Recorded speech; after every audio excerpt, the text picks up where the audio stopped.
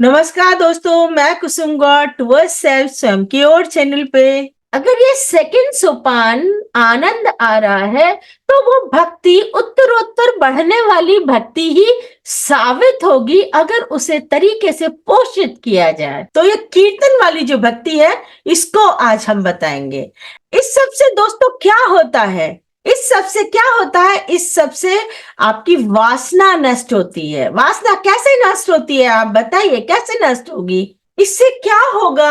आप प्रभु में लीन होते हो, आत्मा की बातों में लीन होते हो, तो क्या है, उतनी देर के लिए तो कम से कम आप इस सांसारिक भोगों से भी दूर होते हो, उन वासनाओं से, उन कामनाओं से भी दूर होते हो जो इसके अतिरिक्त जो सांसारिक चीजों के लिए हैं, उससे आप दूर होते हो।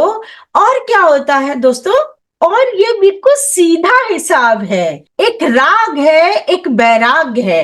अगर आपका ईश्वर के प्रति राग बढ़ेगा, यानी उनके प्रति आपका प्रेम बढ़ेगा, जो कि भक्ति का आधार है, तो जब वो प्रेम बढ़ेगा तो क्या होगा? अगर आपका प्रभु के प्रति प्रेम बढ़ेगा तो ये बिल्कुल फंडा है कि आपका ईश्वर के प्रति या इन बातों के प्रति अगर प्रेम बढ़ता है तो संसार के प्रति थोड़ी वासनाएं आपकी कम ही होंगी।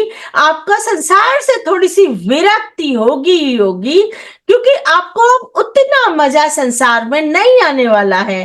तो दोस्तों, धीरे धीरे जिस जो जो कि नॉर्मल रूटीन में इतना मुश्किल काम लगता है कि संसार से वैराग्य होना, वो आपका इस भक्ति से, इस कीर्तन से, इस सेकंड सोपान से आपका आसानी से हो जाता है। दोस्तों, अपने भागवत में भी एक कथा आती है, आपको अगर ध्यान हो तो, कि भक्ति के दो पुत्र होते हैं, एक विवेक और एक वैराग्य। जब हम विवेक और वैराग्य इन दोनों को जब हम पुष्ट करेंगे तो भक्ति अपने आप पुष्ट हो जाएगी। ये दोनों चाहिए दोस्तों।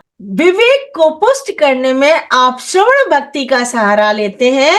शुरुआत में श्रवण भक्ति का सहारा लेते हैं, फिर आपके अंदर से ही ज्ञान उपजने लग जाता है, विवेक आने ही लग जाता है। और वैराग्य के लिए, जो कि नॉर्मल रूटीन में बहुत मुश्किल होता है, वैराग्य का मतलब है दुनिया से राग ना होना, इस वैराग्य है। ये वैराग्य जो है थोड़ा मुश्किल होता है।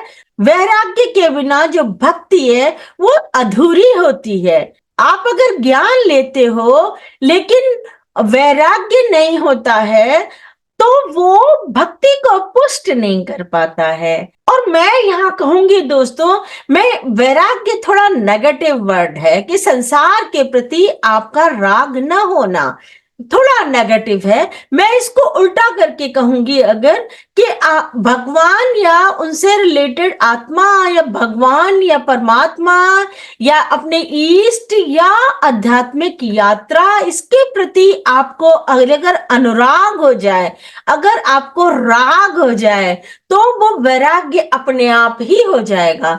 तो आप ज्यादा फोकस ईश्वर के प्रति प्रेम पे दीजिए, यानी ये सेकंड भक्ति पे दीजिएगा, तो जो वैराग्य है वो घटित होने लग जाएगा। यानी आपकी जो वासनाएं हैं, जो संसार के प्रति जो होती है, वो कम होने लग जाएंगी और वैराग्य घटित होने लग जाएगा। दोस्तों, तो जिस वैराग्य को हम बहुत मुश्किल सोचते हैं वो आपका आसानी से हो जाता है अगर आप ये सेकंड सोपान वाली भक्ति कर लेते हैं। तो दोस्तों, पर दोस्तों एक बात मैं यहाँ कहना चाहूंगी, इसका जो रिजल्ट होता है वो इसके ऊपर भी डिपेंड करता है कि आपका कीर्तन का, यानी आनंद लेके गुणगान करने का जो उद्देश्य है वो क्या है। तो दोस्तों, उद्देश्य जो होता है हमारा इस आनंद के पीछे, उसके ऊपर डिपेंड करता है कि आप भक्ति की सीढ़ियां कितनी जल्दी चढ़ोगे, यानी भगवान का प्रेम आप में कितना जल्दी उतरने वाला है। ये उस बात पर डिपेंड करता है कि आपका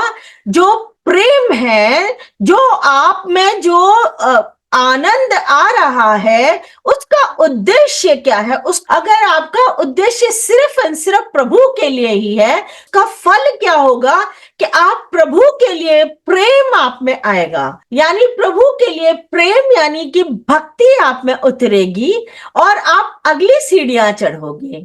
और इधर आपको भगवान के प्रति प्रेम आने के साथ साथ वैराग्य आपको मिल जाएगा। तो वैराग्य आपको मिल जाएगा, विवेक आपको मिल जाएगा। तो विवेक और वैराग्य अगर मिल जाएंगे तो आप अपनी भक्ति के पथ पे चल पड़ोगे दोस्तों। तो दोस्तों आज के लिए इतना ही, फिर मिलते हैं किसी नेक्स्ट वीडियो में। Okay, bye bye bye.